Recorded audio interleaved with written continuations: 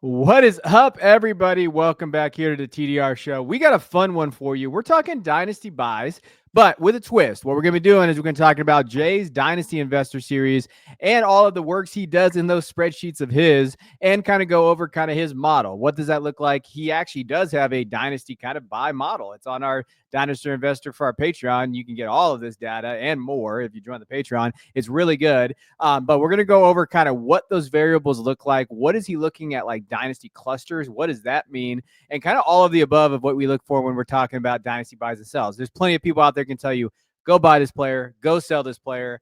But a lot of the nuance of why, outside of he's a dog or those Twitter highlights or whatever the case may be, that kind of gets lost in the shuffle for the most part. So what Jay's going to do is he's going to walk us through what that looks like from a spreadsheet perspective, or just from a dynasty analyst perspective. Like, he's been writing this article for a long time at very good companies, right? And now he's here with us, and I've been watching Jay write this thing for almost 4 years now, and it's incredible. It's improved. So that's what we're going to give you there. Now, if you watched on YouTube, as always, I know you all just want to skip to the players. There, you can find them in the time codes. If you want to go over what players right now we're going at, don't skip the video. Go down there and find them, and then maybe come back for an analysis. But if you're on the podcast, we know you guys like to get smarter, especially when it comes to Dynasty. So that's why we're here. So we're going to be diving into Jay's Dynasty Investor Series after the intro.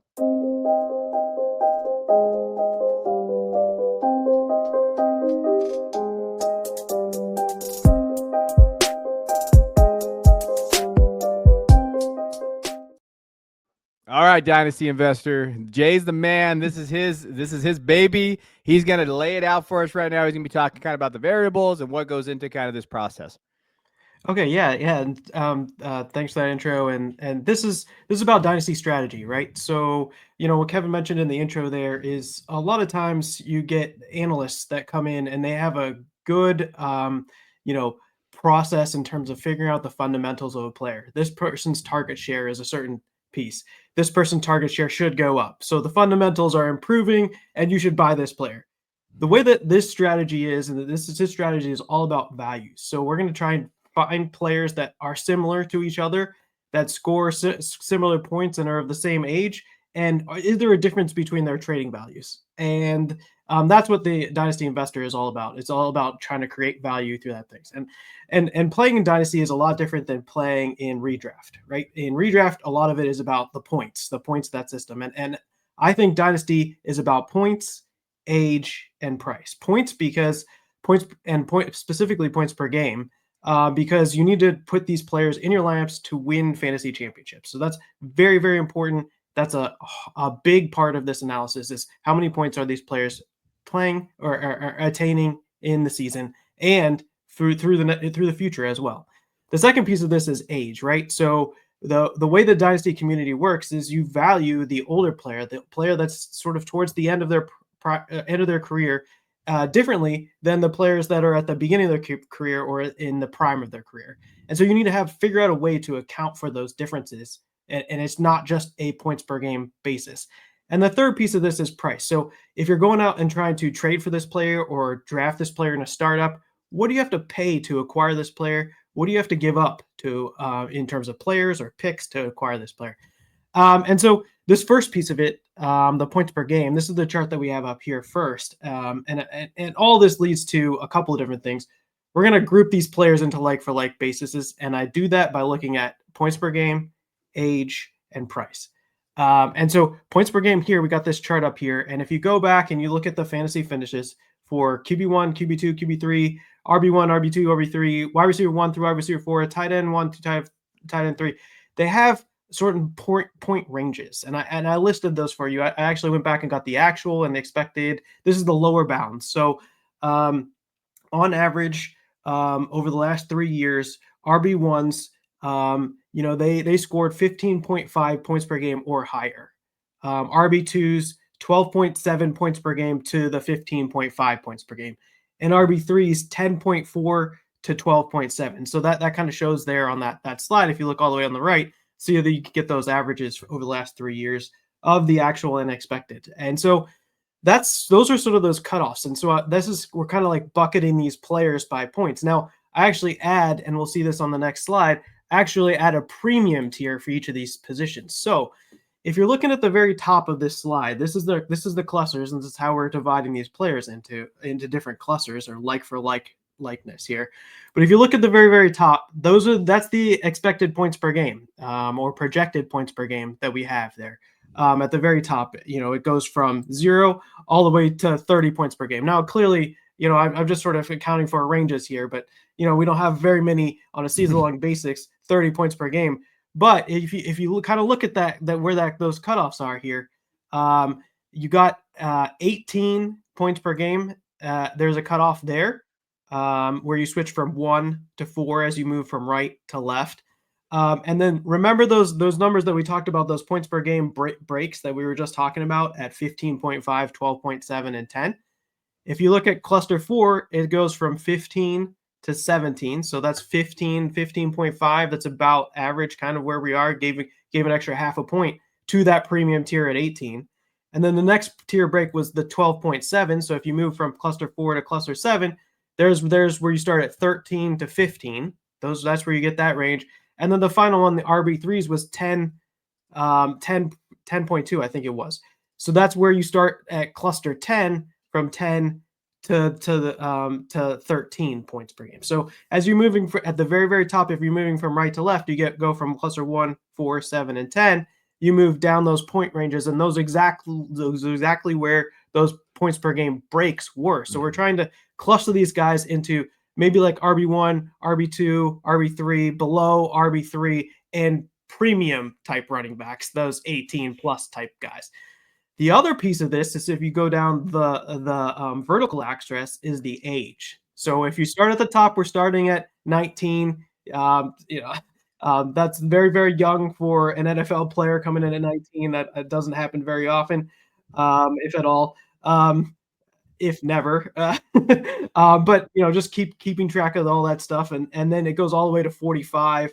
You got Aaron Rodgers still in the league. You got to account for the age all the way there. But you can see those clusters kind of get broken up here into for running backs, and this differs for position here. But for running backs, it's the youngest you could be all the way to age 25, and from 25 to 28, and then 28 is kind of that fall off cliff, and you could keep going.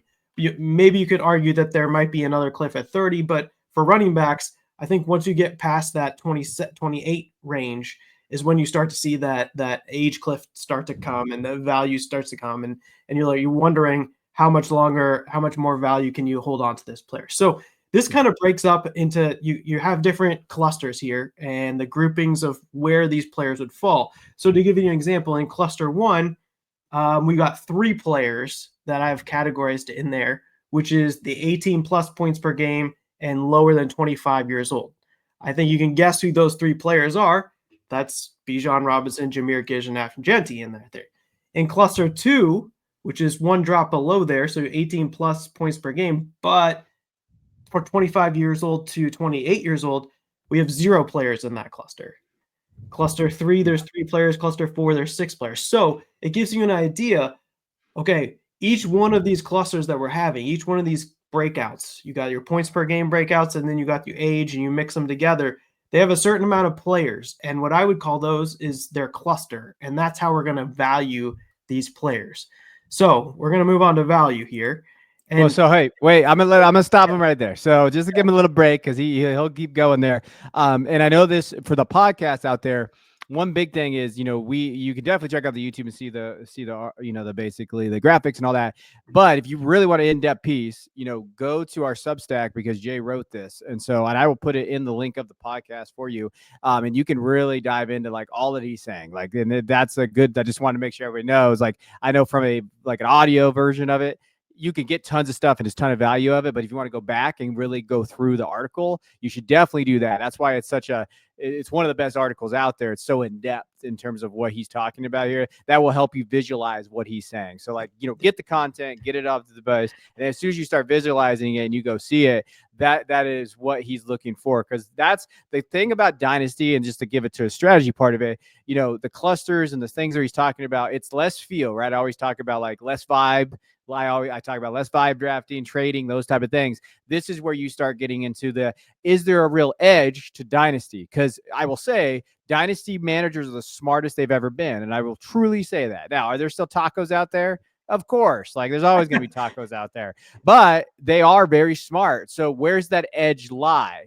To me, I've wrote a lot about it this offseason, all about dynasty theory in terms of like the manipulation of your league mates or how they think. Like that's one area I think edge lies.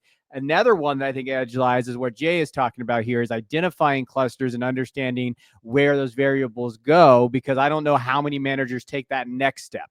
I don't know how many are either doing the psychological part, which I really enjoy, or this stuff, the clusters, the analytical part that Jay enjoys. And that's why we're trying to merge these things together to help you become a better dynasty manager. Yeah, I love that. I couldn't have said it better. And that's basically what we're trying to do. I'm trying to explain a process to just help you get that edge, to get that little extra bit of value that, it's tough in the dynasty leagues because everybody's so smart and they all know what they're doing. This might give you that little bit of edge to help you win, on a long-term basis. So this slide right here is a visual representation of what we're talking about in a bubble chart form. So this is the easiest way to kind of think about how this process goes. So on the right side, you got age. The younger you are is the further on the right. The older you are, the further on your left. So it's like backwards in terms of age. And the projected points per game goes from on the vertical axis there. So 22 points per game is all the way at the top, 10 points per game at the bottom. And then it's basically just charting these players based on points per game and age. And then the bubble size is their KTC value. And then I actually grouped the clusters by color. So you can kind of visually see how these clusters look, and you can look and see, well, these players are all in the same cluster, but this bubble is huge and this bubble is really small. Maybe I can kind of take advantage of that, and we'll dive further into that. But one other thing I wanted to mention is right now we're using 2025 projected points per game. As we get into the season, I switch over from projected to expected points per game. I love the expected points per game model. I think that's more useful, actually getting that data, but we can't do that right now. We're using projected, and this is sort of a consensus projection so far, but those will change over time. So finally, how do you get to the valuation? How do you pick out those valuations? And this is where we'll get into this slide right here. We got two charts here I wanted to show you. The first chart is we're going to break down Kenneth Walker here, because I in this article I wrote, I put a buy on Kenneth Walker. So we're gonna look at him, specifically the players in his cluster and what that looks like. So this is the top chart is a graph of everybody in Kenneth Walker's cluster over time. Obviously, Amari Hampton hasn't been in that cluster for very long, and there's a lot of projection there because we don't know exactly how many points per game he has, but he clearly went to a good situation. He's going to score some points. But this is age less than 25, points per game of 15 to 18 cluster. You got Amari Hampton in there, Devon Chain, Breece Hall, Bucky Irvin, Kyren Williams, and Kenneth Walker actually is in there. And these aren't like, I'm not trying to break the bank in terms of these projections. These projections are a consensus, right? So, you're taking ESPN, you're taking some other places, those other sites, and my own projections, and you average them in together. So Kenneth Walker fits into this category of 15 to 18 points per game. So that's the interesting part. He will score you similar points per game. Now, you might argue specifically on rookies, we don't exactly know what those points per game. So Amari Hampton, he might be above the 18 points per game. However that goes, we're not exactly sure how that goes, but we know historically these other players have been kind of in that range, or we're thinking they're probably in that range. So how do you figure out who's the value in this group? Well, first, if you're just looking at the chart, you can see that Kenneth Walker is on this KTC. If you look all the way on the right, he's the bottom line. So he is the cheapest out of these guys. So if you're just visually looking at it, you can see if you're grouping this cluster, this is the cheapest guy. Kyren Williams looks pretty cheap in this group of cluster as well too, if you believe that everybody should be in this cluster. So how do you then we're going to move kind of transition to this bottom chart here and talk about how you come up with the real value. And the way that I do it is a player has a keep trade value. I look at that as his price, what it costs to acquire him. And what we're going to do is we're going to look at Each of these players' PE ratios, and I'll explain that, but that's a big part of this, the price to earnings ratio. And then we're going to use a target PE ratio to come up to with a target keep trade cut value. So basically, if you're on the stock market and then you think stock XYZ is trading at $10 and you think it's trading at $15, you have a target price of $15 based on some sort of valuation. That's all we're doing. We're trying to come up with a target price for each of these players, so will have either upside or downside. And the way we're doing that is we're valuing these players all similarly because we think that based on an age and a points per game best metrics, they should be valued similarly. So the way that we do that is use the price to earnings ratio. So prices keep trade cut values. That's all there is, prices. And earnings is the player's points per game. So price divided by earnings divided by 10 to make the numbers look a little bit better. That's your PE ratio. So when you're looking at this chart, you can see, say, Kenneth Walker, all the way at the bottom. You can see his age, 24.6 years old, getting close to that 25 cutoff. So maybe in a half a year and a year, he might not be part of this cluster. His current KTC, his projected points per game, and then his current PE. That's the next column over, that purple column. So that purple column is his current KTC divided by his points per game projection of 16.4 divided by 10. You get a 29.2 PE ratio.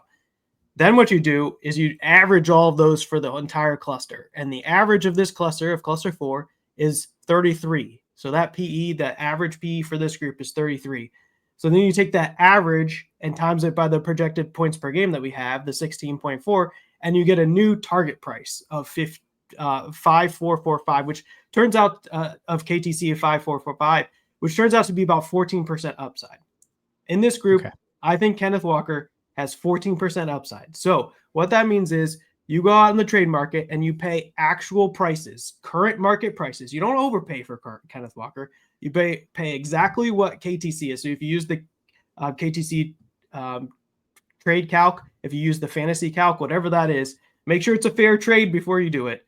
But you go out and buy Kenneth Walker, and I think his price, his KTC, will increase in value. So when you do the trade, maybe 6 months from now, maybe when we get into the season and we're through the season, Kenneth Walker's value should probably be up a little bit higher than where it is. So you might win the trade, even though you're coming away with a fair trade right now. And the hope is that you can keep doing that over and over again.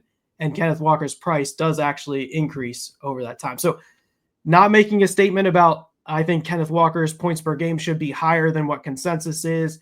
I think that he should trade at a premium valuation to other players. I think he should trade at a peer group multiple. And I think his points per game are about what consensus is.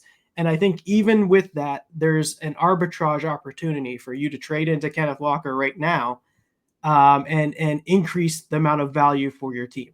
And also, if you're going to the ADP and you're drafting him in a startup, you can keep scrolling down, and Kenneth Walker's pretty far down there considering how many points he's projected to score. So it's just a way to put numbers, a way to put math behind maybe just scrolling down ADP and seeing, wow, he's actually a little bit lower than you might expect given how many points we're projecting to score. So that's all there is. 14% upside for Kenneth Walker. I think over 6 months, over 9 months, you probably should realize that if everything goes according to plan.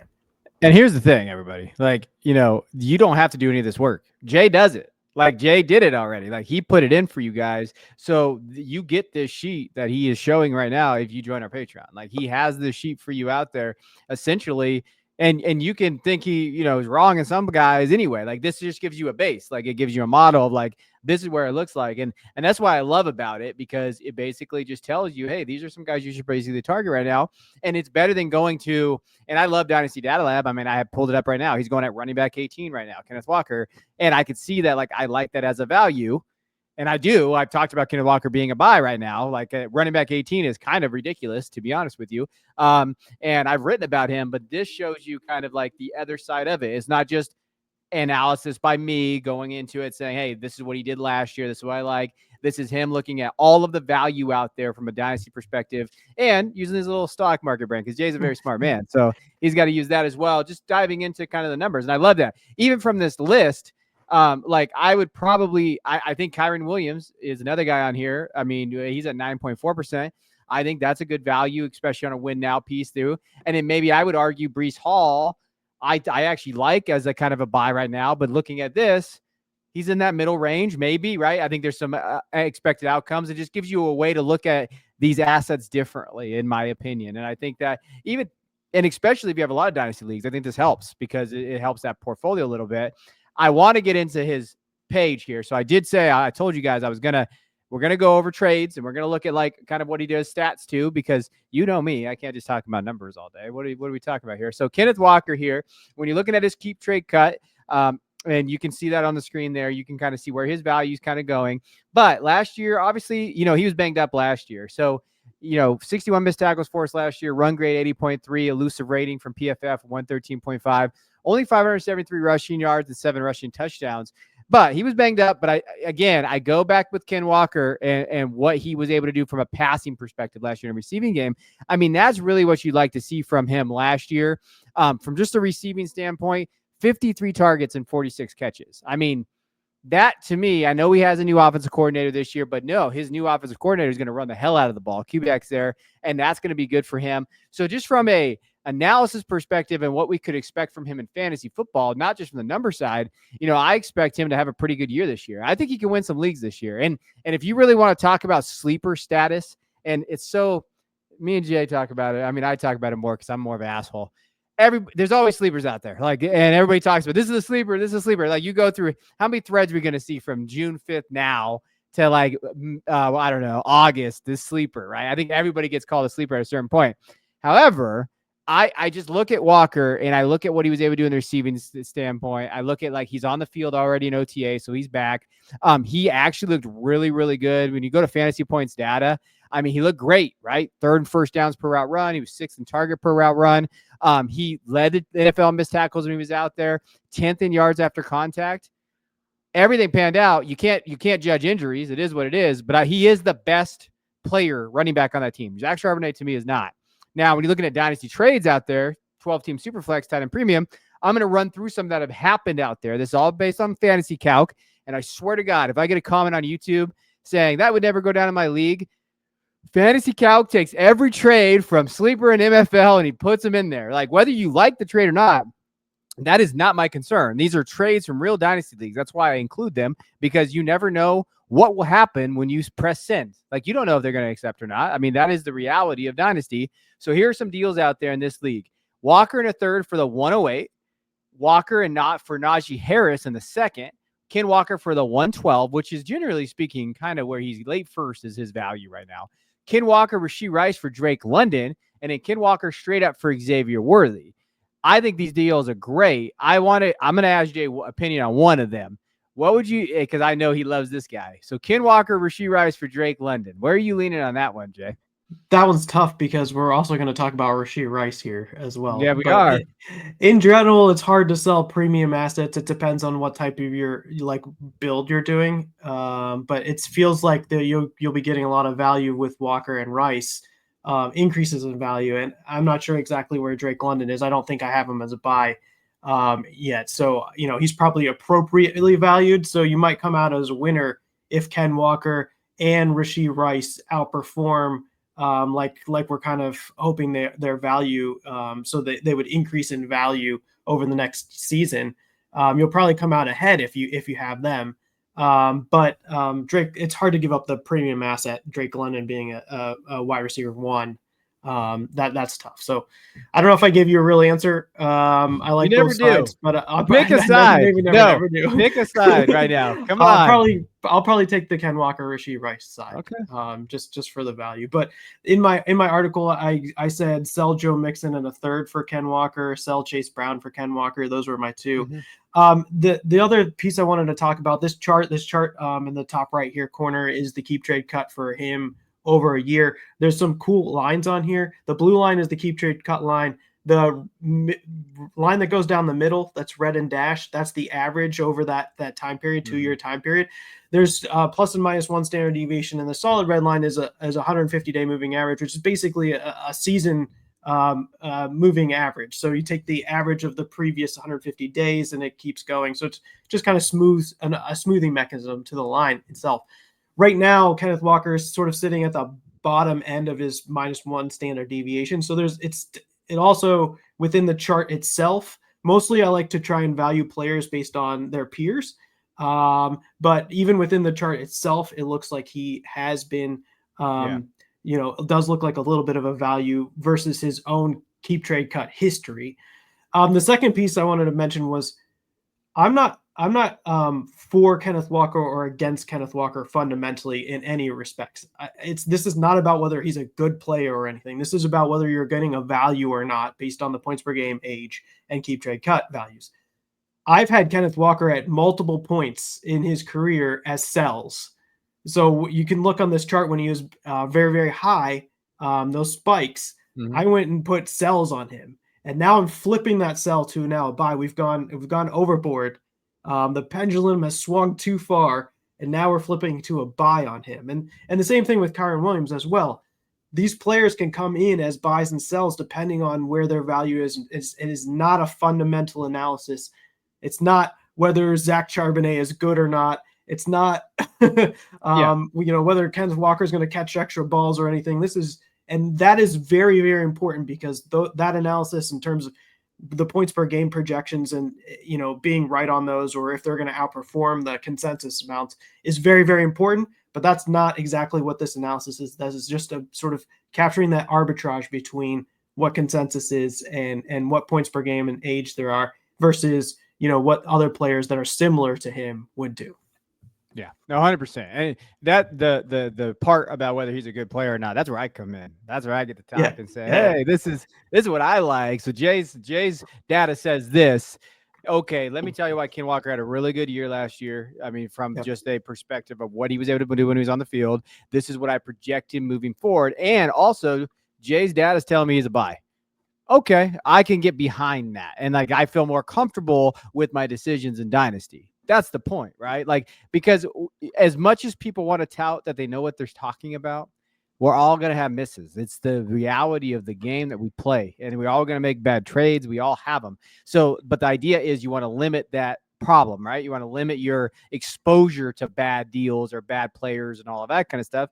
And that's what we're trying to do. I mean, that's the fun part of it. And we're going to get shit wrong. That's also the part of it. That's just the reality of this space. All right. Let's talk about my boy Rashee Rice. So let's talk about your wide receiver clusters.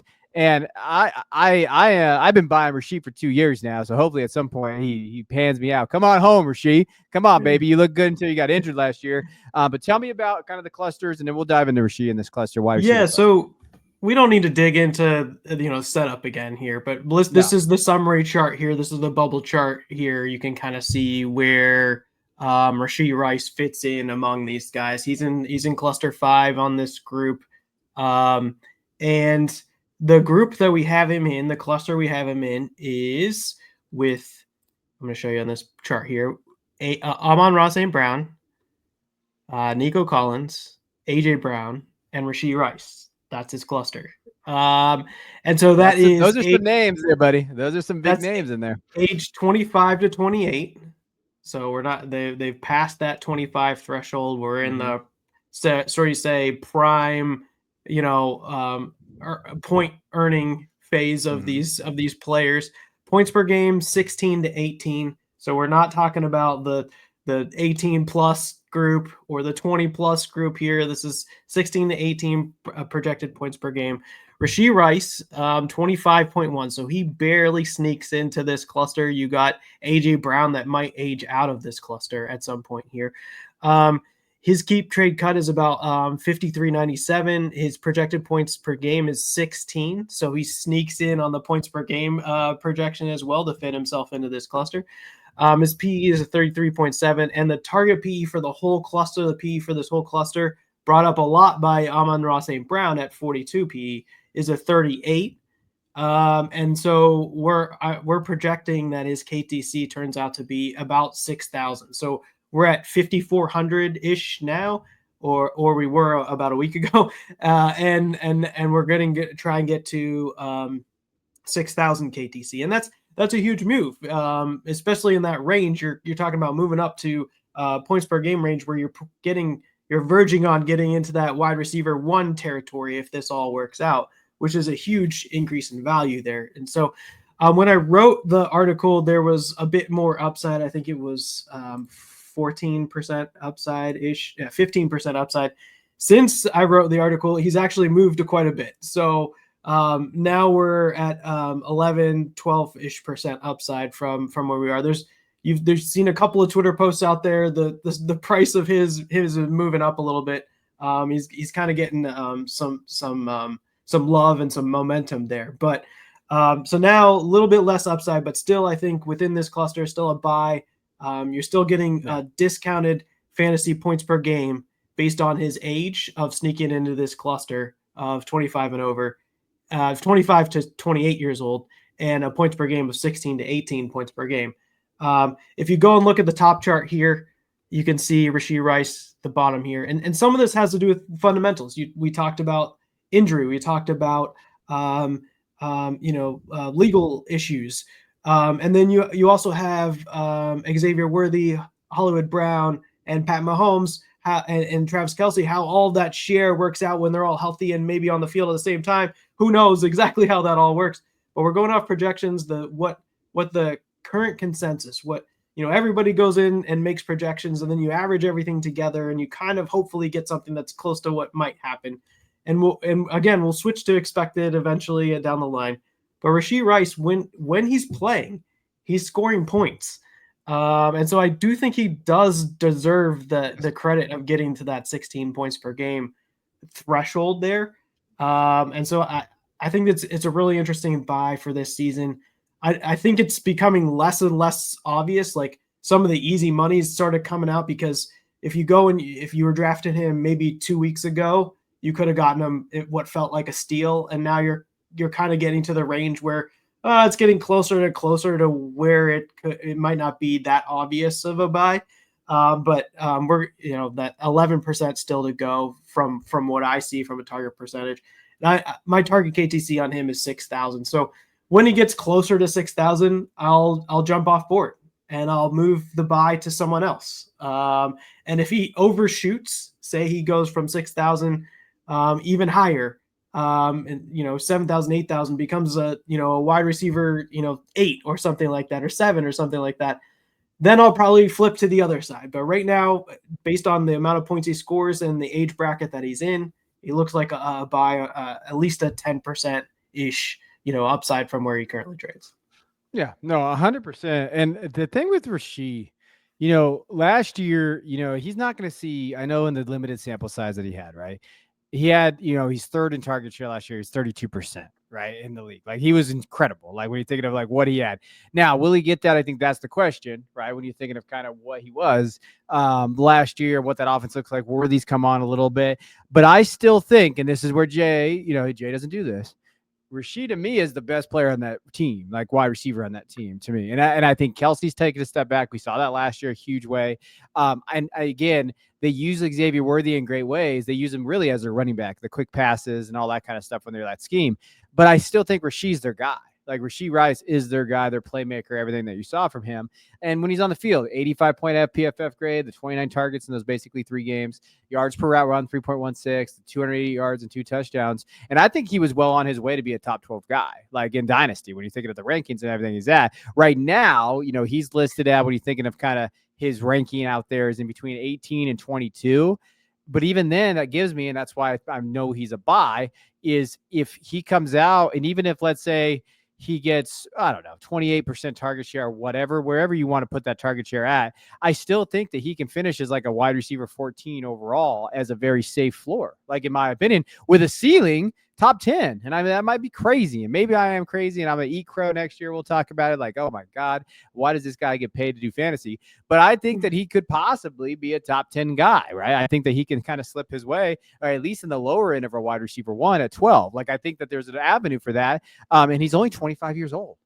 He just turned 25. So like, there's value there. Now, as far as trades go out there for him, Rashee Rice for Godwin and a 26 first. That is a ballsy trade, and I had to include it because I thought, man, that's a fun trade there. Because as much as I like Godwin, when you think of what Godwin is, injury, you have a Mecca there now. You think of kind of what his age is at, 20, almost 30, coming off those 2 injuries now. And that 26 first, we've talked about that maneuverability there to go up and get Rashee, but you're buying high on Rashee. And I love it though. Those are the deals that make me tingle, because I like that stuff because you're really going out there on a limb there. Rashee for Joe Mixon is a great deal. I'll take Rashee for Joe Mixon all day. Rashee Rice for the 112, 212. I think that's plenty fair based on what rookie drafts are going for right now. Rashee for a Mecca in a second is interesting. That's really a buy what receiver you believe in for probably next year if you think that second is there. I still like the Rashee, though, on that side there. And a Rashee for James Cook in a third is interesting because it's the veteran running back. What is James Cook? What's that contract going to be there? Does any deal to you stand out, Jay, in that range either you wouldn't do or you would do? Yeah, Joe Mixon is an easy one Yeah, for me. that's easy That one. kind of stuff. That's the easy stuff for me. Maybe even the James Cook in a third. That one would pretty easy for me. The ones I wrote about in my article were Devonta Smith and Roma Dunze, like straight up for each of those guys. Those might bite me in the bass. I think I'm a little bit more negative on Dunze than a lot of people out there. I think Devonta Smith is excellent. I think he's a great player, but I think Rashee has the ability to, like you said, he's got that upside on the points per game basis to get himself into, maybe, wide receiver 1 type talk. And Devonta Smith, although sometimes he does put up wide receiver 1 weeks, historically wide receiver 2 type of player. So, you can flip into him fairly easily, and you get that upside that could come from Rashee Rice. From that. And then if you look at the chart, just really quick, the chart here at the top here of Rashee Rice's price over time. This is at the just below the -1 or +1 standard deviation. So this isn't like a typical buy point based on historical trends of Rashee Rice. Is buying more based on his cluster, but when you see this and you get a buy signal from him, this means that he's probably going into a new pricing regime. So what we can expect from what we're currently seeing and what we've seen from his past might actually change. And you see that big spike up here, that big move up in 2024 season, that really big jump. That's kind of what you're playing for. You're playing for this new pricing regime that lifts that whole line, that whole average, the whole plus and minus standard 1 deviation are all moving upward because you're moving from, an asset that, historically wasn't viewed as very, very premium to something that could be a pretty good premium type of player over time. All right. Let's get into last buy here. So talking about a guy that we both really like here. We've talked about him a little bit here on the show. But that is Minnesota quarterback, our guy, JJ McCarthy. Jay loves his Michigan players. That's really where he likes. He likes those Michigan Wolverines. I see a little JJ McCarthy Michigan jersey out there in the closet back there. What are we thinking about JJ, these quarterback clusters? And then actually, just intense, like, the other positions they're not easy, but they're easier because there's more of a volume. There's more of a sample size. There's more guys that you can really go after here. How does the small sample size of the quarterback position make it more difficult to kind of chart these guys, or does it make it easier? No, because you're still grouping the players into like for likes. Whether you have 4 or 6, the more players in that category, I'd say the better the analysis. But if there's less players, you get some clusters that are like a player of 1, and then you can't really do that sort of analysis versus each other. And the way that I think about this is on a position by position basis. It's much harder to then go from quarterback to evaluate quarterback versus running back. So this type of analysis doesn't really do that great of a job, other than it can tell you these quarterbacks are undervalued and overvalued, and these running backs are undervalued and overvalued. But then you still got to figure out how to marry the two if you're making a trade between quarterbacks and running backs. So there is a little bit of that comes with it, but I don't know. If I'm looking at this chart, I think it's just much more easier to read, much more like spread out and spaced out, and like you can really kind of see those clusters kind of form up. And you can really get an idea of like, it kind of feels like, okay, yeah, these group of four, these guys kind of fit together. It makes a lot of sense to value them similarly and look at them at the chart. Like there's nobody even near these guys. It really does make a lot of sense for that group. So in a sense, like there's much more space. You can kind of like feel that like these guys should be kind of valued together. But yeah, when there's like very few players in a cluster, for instance, for quarterback, there's in cluster one, I only have a count of one. So believe it or not, if you look at the very, very top of this chart, Jaden Daniels is that premium cluster, where he's below the age 25, and he's going to score greater than 20 fantasy points per game. That's what he's projected at. There's nobody in that cluster anymore. Jalen Hurts isn't in that cluster. Lamar Jackson isn't in that cluster. Josh Allen isn't in that cluster.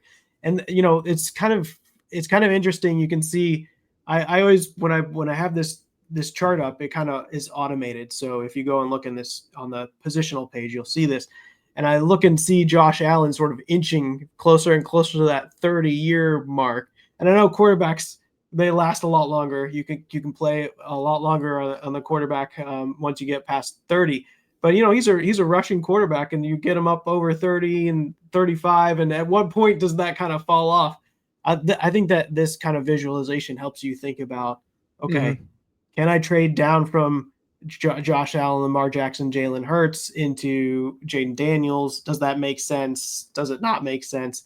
But in that case, cluster one, Jaden Daniels only has a count of one, so it's hard to make a valuation argument one way or the other if it's just one player in your cluster. But if you go down to cluster 7, 8, those clusters all have 4 or 5 players in those clusters. So it makes it easier to make those valuation arguments. All right. I think it's interesting the process because, as you kind of dive into it. So let's talk about this cluster then. You talking about under 25? Is that what it is? And points per game, 16 to 18? Yep, 125, 16 to 18 points per game. And these are again projections. We're going to flip it to expected points per game as we go through the season. But I think JJ McCarthy kind of fits into this category. We didn't see a lot from him last year. He was injured, but it's his room this year. So those projections are him at I think I got him. The average is at 16.8 points per game, and part of that is being a part of a good offense, being a part of the pass catchers and skill set around him that goes into that projections. Is it JJ McCarthy, or is it anybody in that position that could any quarterback in that position that is somewhat not old? Would they be scoring 16 points per game, 16.8 points per game? That's kind of the point that you'd make there on that argument. But in this cluster, we got Caleb Williams, CJ Stroud, Drake May, and JJ McCarthy. Now, not a lot of people would group these guys together. And in fact, if you look at this grouping on KTC, the top chart here, and sort of graph them, you can see that Houston Texans red line, that's CJ Stroud and his dramatic rise up that season up into the top ranks of all of Keep Trade Cut, where he was QB1 at one point, the highest priced asset in all of Keep Trade Cut. So you can see that red line, and then last season that red line kind of falls off. There's Caleb Williams in the Chicago Bear orange. Then you have Drake May in that Patriot blue. He kind of fell down where JJ McCarthy was, and you can see where those two lines are kind of moving together. That's when I've had a buy on Drake May and JJ McCarthy. That's when I put the buy on both of them at that time. And Drake May kind of performed really well, and he moved up to the same place where you can see CJ Stroud, Drake May, and Caleb Williams lines all look like almost indistinguishable as they moved all the way to the right. They're grouped so tightly together. They all are almost the same value between those three players. They took different paths there. CJ Stroud skyrocketed and fell off. Drake May kind of fell off a little bit before he started, but and then he started playing games and started performing well, and now he's at that same level as CJ Stroud and Caleb Williams. He had a little bit of a fall off. First year didn't go exactly according to plan, but he's kind of similar to where, if you take the average line, he's probably close to where his average KTC is, somewhere maybe a little bit lower than that, but pretty close to it. Then you look at JJ McCarthy's line, right? It was lower than all three other guys. He got injured. It kind of his value kind of held even throughout that injury. And now you come to this offseason, you're starting to see it tick up a little bit. But if you look on the right-hand side, there's a gap between those three players and JJ McCarthy. And if you incorporate that, he's going to score similar points per game. We got him at 16.8. You got Caleb at 17, CJ Stroud at 16.7, Drake May at 16.5. So JJ McCarthy's right in the mix there. And they're the same age. JJ McCarthy is probably the youngest of that group, I think. Yeah, actually the youngest of that group. So age premium here, but this whole group is trading at an age premium. And then you just see that gap. You can obviously tell that there's some sort of value here. So if you go through that PE analysis that I talk about, the way it comes out is that he comes out to be about 15-16% upside from his current where he's currently trading, based on valuing him similarly to like what Caleb Williams, CJ Stroud, and Drake May.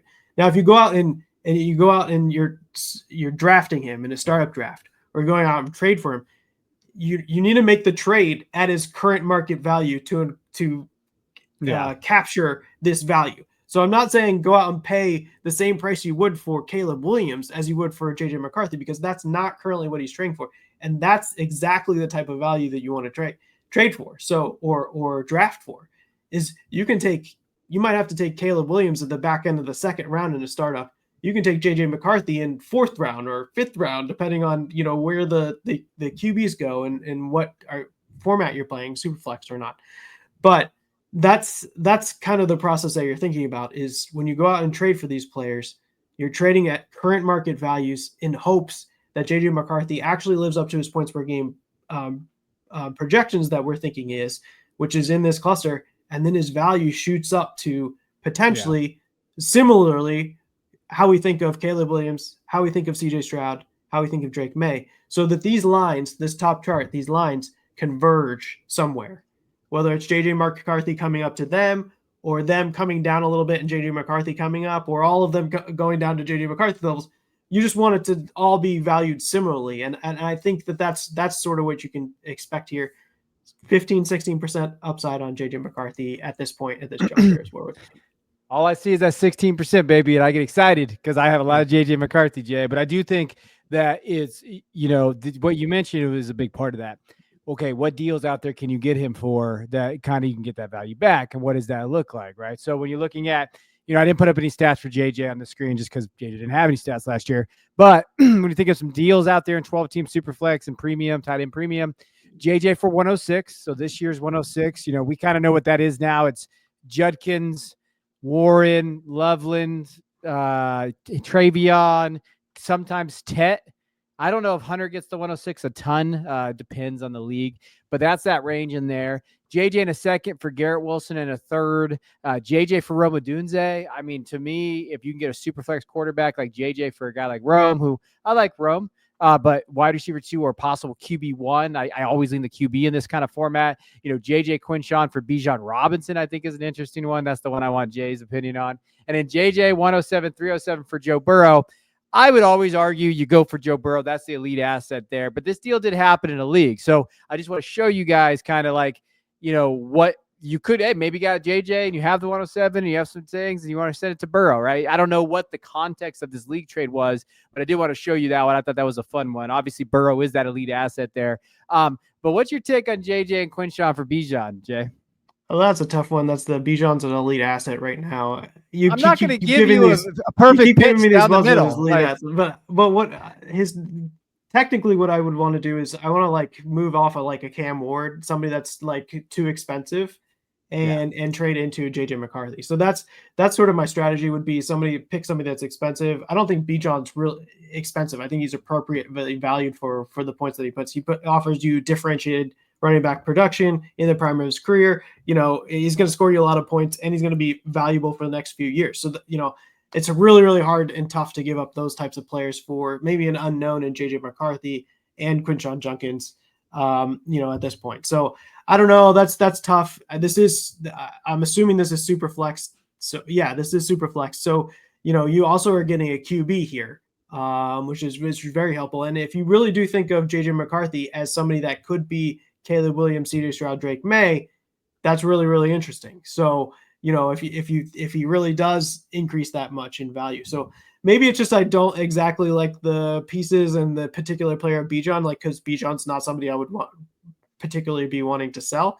That's why I'm hesitating and giving up the premium asset. But I do understand why you can create some value if you want to do that in particular. Maybe if it was JJ McCarthy and like a 2027 first or something like that, maybe that'd be more interesting. I don't know, but not to say that I'm hating on Quinshon Junkins or anything like that, but it's just I want to keep on some of that value. You might lose some if you do it that way.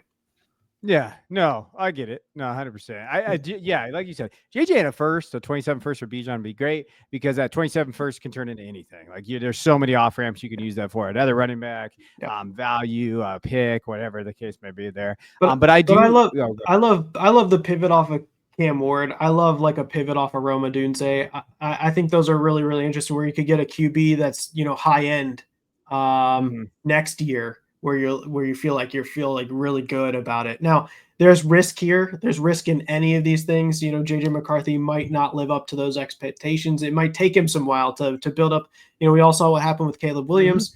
Although he is getting valued higher and there's the situation has changed for Caleb Williams, it might take some time before he really gets into it. But I love the setup. I love the fundamentals behind it. I love the team that he's playing for, and I really like the assets around him. I think there's some really good pass catchers, obviously Justin Jefferson, but really good pass catchers and really good talent around him. So I think the setup is really is great. And then you just hope that he just increases in value there from that point. But yeah, if you can move off Cam Ward, there's a whole bunch of guys, either a running back or wide receiver that you can turn into the questionable running back and wide receiver that you can turn into a QB in a super flex format that can get you a ton of value. Those are very, very interesting. So like the Roma Dunze makes a lot of sense to me as well. All right. So that is our show. We talked a little bit about process, right? And if you love the idea of getting kind of an investor series, what all those models will look like, I can't stress enough how important Jay's work is. Go find out our Substack, go check out the Patreon. You could join. If you join that, the Patreon is $5. You can find a description or the link below to kind of jump in there. And honestly, it's a hell of a value all for Jay's work. I mean, he does an amazing job there, and you can kind of get into the series. I mean, this doesn't do it justice what you saw. This is much more advanced than that and what he's kind of put together there. And then as always, we try to offer some type of value play here in terms of, hey, here are some 3 guys that we really like right now. Here's the reasons why. Here are the deals that we like. Here's where we think their expectations are there. Any final thoughts, Jay, before we get out of here?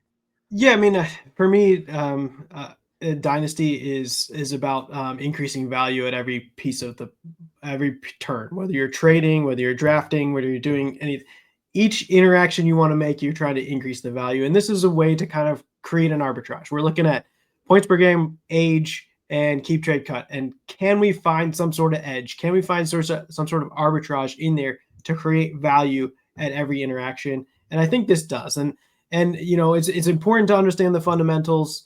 And I think that's very valuable, and it's very important to if you can find an analyst that's going to tell you this player's points per game is higher than what consensus should be. That's not what this work is. We're just trying to figure out values, figure out arbitrage opportunities, just based on grouping players that are very similar to each other and trying to create that little bit of extra within each of your transactions to get you some value. And that's one way to play Dynasty. There's so many great ways to play Dynasty. There's so many avenues. And like we mentioned at the very top, Dynasty players are becoming smarter and smarter and smarter. And this might offer you just a little bit of an edge. I do have a spreadsheet that's in the Discord Patreon that we've sent out to everybody. The feedback's been really, really great on this. I know people are in and out of this all the time and looking at it. It's a heavily automated, but it's something you can kind of click through, look at each of the clusters, look at who's got upside and who's got downside. Who should I maybe target in a trade or target in the draft? And I think it's really, really a cool way to look at it. It's different than what you see out there from most analysts. So I think it's a fun way to play Dynasty. 100%. Go check that out, guys. We appreciate you guys tuning in. We are in the summer months, so we will be diving into summer months. Get a little rough. I'll be out there and there, but we're going to be bouncing back and forth here on the show. We're going to be definitely talking. I think every week of the summer, as we can record, we're going to be doing Dynasty and Devy, kind of mixing it up because I know a lot of you guys out there. There's not a lot of Devy content anymore, so we definitely want to give you that. So we're definitely going to be going over Devy. I think this next week I'm going to make Jay get a little negative. He doesn't like getting negative, but we're going to make him get negative. We're going to talk about some players that we probably are fading based on ADP. Not that we don't like them. We're going to go over expectations of why they're on that list there. Guys we're fading at each position. And then we're going to be talking about a little Dynasty panic meter, some hold them or fold them there in the next couple of weeks. So as we get through here, go check out our quarters podcast. If you listen to this podcast and not that one, that's a disservice. It's an NFL draft podcast, but we touch on a little bit of everything. And we are starting our summer scouting series, and we're diving into 2026 quarterbacks. So if you're ready for that, getting involved into what's coming next down the pipeline, go check that out. We appreciate you guys as always. Go check out our content. But as always, we just appreciate you guys listening to us talk football. So we'll talk to you guys next week.